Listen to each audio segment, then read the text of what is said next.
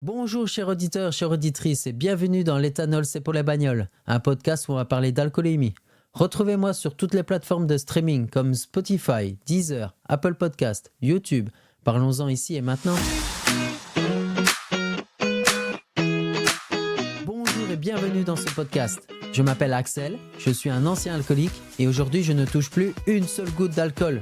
De nature très joviale, toujours dans la bonne humeur, j'ai envie de partager mon parcours dans ce podcast, ainsi vous aider à casser les préjugés et de mettre en lumière cette maladie passée parfois sous silence. Un vrai fléau dans notre société. Une addiction qui peut briser votre couple ou carrément vous ruiner. C'est exactement ce qui s'est passé pour moi. Vous êtes prêts? Alors c'est parti. Bonjour et bienvenue dans ce 9e épisode qui s'intitule Bolide, bière et sauna, l'essence de nos week-ends. Mes week-ends sont partagés entre ce trio d'amis et mon meilleur ami R. Pendant les week-ends, avec ce trio d'amis, on se rendait souvent dans un magasin de tuning très réputé au Luxembourg. Il y avait de sacrées voitures transformées en une magnifique beauté roulante. Je vous parle des Bentley, Mercedes, Ferrari, Porsche. Avec notre petite citadine, on faisait un peu tâche. Mais bon, on adorait s'y rendre rien que pour nos yeux, le temps de rêver un peu. On transformait nos voitures en quelque chose de fun tout en étant dans la sobriété. Je vous vois venir. Je parle bien de voitures, évidemment. Tout ça pour ne pas ressembler à des kékés tuning. Comme ma voiture sortait de carrosserie et donc en quelque sorte rajeunie, je voulais la transformer en un effet racing rally. J'ai acheté un becquet d'origine, des jantes et toutes sortes d'accessoires. Ensemble, on consacrait du temps pour transformer nos voitures en une véritable chèvre d'heure, selon nous. Finalement, l'ambiance était bonne enfance, tout en ayant des nouvelles connaissances, de la débrouillardise dans le domaine de l'automobile. Ça pouvait ressembler à une ambiance que l'on peut retrouver dans le premier film de Fast and Furious, qui a bercé notre adolescence. J'imagine que pas mal d'entre vous aussi a connu un peu ce genre d'ambiance, non? Donc accompagné de clubs, de shops spéciales, divers et variés, et parfois même avec des fûts de bière de 5 litres qui étaient vides en moins de 2 sur une seule après-midi. Mais finalement, je vous raconte même pas les pauses qu'on en faisait. Le garage était transformé en atelier et en bar en même temps. Bah oui, les week-ends, après tout, l'excuse. On finissait toujours par ou presque arrêter l'activité pour continuer l'apéro, avant de retourner chacun chez soi. Toujours avec ce trio d'amis, fidèles, et par moments, avec les grosses chaleurs de fou en plein été, on allait souvent à la piscine. Puis j'ai observé des personnes avec des badges et des peignoirs. Moi et ma curiosité, un vrai épicurien, j'ai posé la question et on m'a répondu « Quoi, tu ne savais pas ?» Bah non, bah c'est la partie sauna hammam nudiste mixte. Hein? Quoi? J'ai commencé à rigoler et finalement on a tenté l'expérience.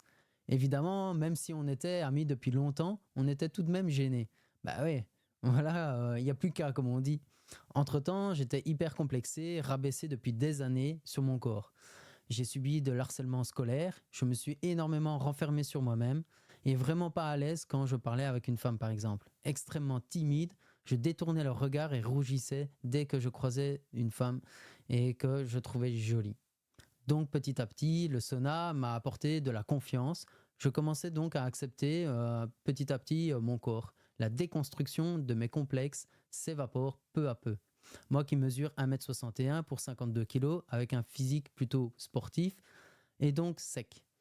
Puis dans les centres thermales, il y a du respect et donc ça facilite la reprise de la confiance en soi. D'autant vous dire aussi que je suis sorti de ma zone de confort. Un vrai défi pour moi. En sortant du centre thermal, on allait soit à un petit resto tranquille ou directement on allait au parc du fameux village boire 2-3 chopes et clopes pour terminer la soirée. Détendu, avant de rentrer chacun chez soi. On profitait un maximum avant d'entamer une nouvelle semaine de folie et stressante. On passait nos débuts de vie actifs ensemble. Si j'étais pas avec eux, bah alors j'étais chez mon meilleur ami R. Comme vous le savez, on profitait également, mais différemment, comme je l'ai décrit dans l'épisode 2. Petit aparté.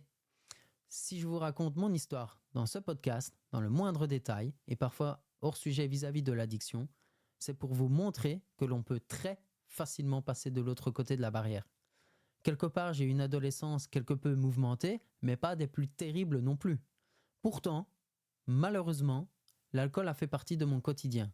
C'était un support qui était plus que caduque.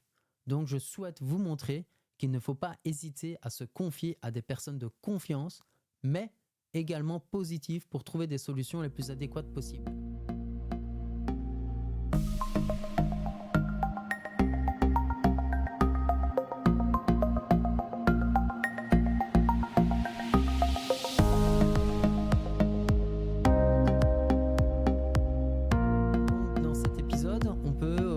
remarqué que dans cette tranche de vie partagée avec mes amis, j'ai appris que l'amitié véritable transcende dans le défi de la vie active. Nous avons traversé des hauts et des bas, accompagnés de quelques excès, mais au-delà de nos pépites, une leçon se dessine. L'importance est l'équilibre et la responsabilité. Nous avons trouvé refuge dans nos rencontres, nos virées et nos moments de détente, mais nous avons également dû faire face à des épreuves, parfois dues à des choix imprudents. Par exemple, mon accident de voiture a été un réveil brutal, me rappelant que les conséquences de l'imprudence à l'appel de l'alcool pour décompresser.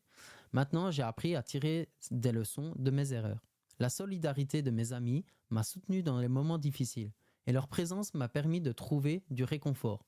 Mais au-delà de ces instants de convivialité, j'ai appris la conscience de l'importance de la modération et de la responsabilité dans mes choix. Alors je vous invite à retenir ceci. L'amitié est un précieux soutien, mais elle s'accompagne également de la responsabilité à veiller les uns sur les autres. Soyons les architectes de notre propre bonheur, en choisissant des chemins qui nous enrichissent sans compromettre notre bien-être et notre sécurité. Nos moments de détente étaient souvent marqués par la consommation d'alcool, ce qui a fini par envahir mon quotidien petit à petit. Merci de m'avoir accompagné dans cette réflexion. Les prochaines étapes de mon parcours professionnel réservent son lot d'émotions.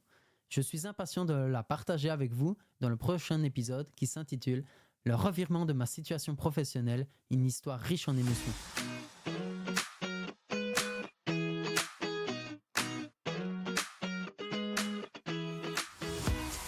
Un grand merci à vous d'avoir écouté cet épisode jusqu'au bout. Venez nombreux à partager vos sentiments et réactions dans le groupe Facebook L'éthanol, c'est pour la bagnole, un groupe de partage qui met en lumière cette dérive vers la porte de sortie. Si vous avez aimé l'épisode, venez me soutenir en mettant 5 étoiles sur Apple Podcast et n'hésitez pas à le faire connaître et à partager celui-ci. Retrouvez-moi aussi sur Instagram, prenez soin de vous et à très bientôt dans un nouvel épisode de L'éthanol, c'est pour les bagnoles.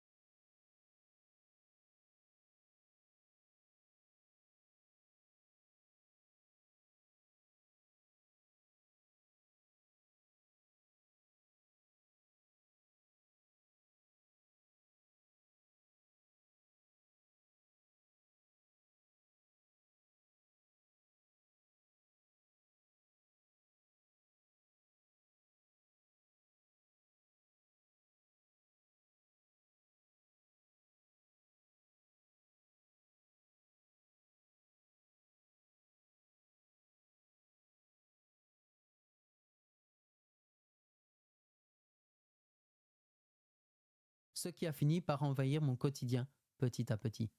Merci de m'avoir accompagné dans cette réflexion. Les prochaines étapes de mon parcours professionnel réservent son lot d'émotions. Je suis impatient de la partager avec vous dans le prochain épisode qui s'intitule « Le revirement de ma situation professionnelle, une histoire riche en émotions ».